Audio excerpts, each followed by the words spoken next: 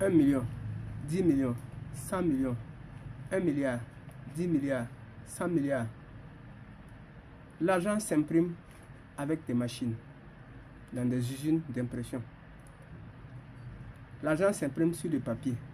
Beaucoup de gens se disent, comme l'argent s'imprime, pourquoi ne pas imprimer l'argent et de le distribuer à la population? Ça va poser un problème. Je vous explique. Bonjour à toutes et à tous. Bienvenue dans notre émission. La stabilité économique des États et des individus. Aujourd'hui, nous allons parler de l'argent. L'argent s'imprime dans les usines.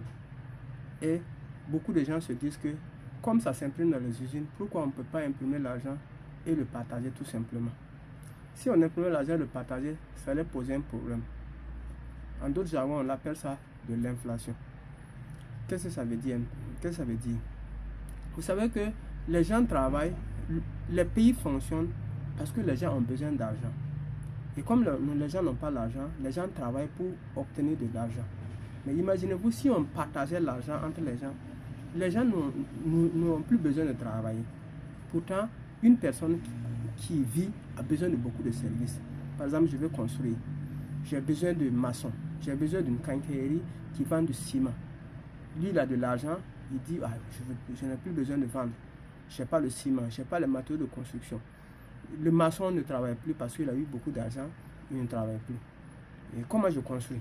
Donc, l'argent, la personne qui détient l'argent, c'est la personne qui demande le service. Mais l'argent seulement ne rend pas le service. Il faut que une autre personne exécute le service pour que tu lui payes. Donc, si tout le monde a l'argent et personne n'a besoin d'argent, il n'y aura pas de service. Les pays vont arrêter de fonctionner.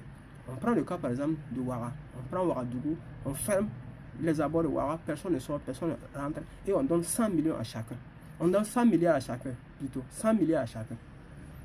Beaucoup de gens vont voir que dans les 100 milliards là, même s'il ne travaille pas de sa vie, il va mourir sans avoir besoin d'argent et son enfant même va dépenser sans que l'argent ne finisse. Donc, il peut arrêter de travailler. Imaginons les soudeurs, les menuisiers, tous ces gens-là, même ceux qui ramassent les poubelles là, arrêtent de travailler. Le pays ne va plus fonctionner et ça va créer un nouveau problème qu'on n'imaginait pas.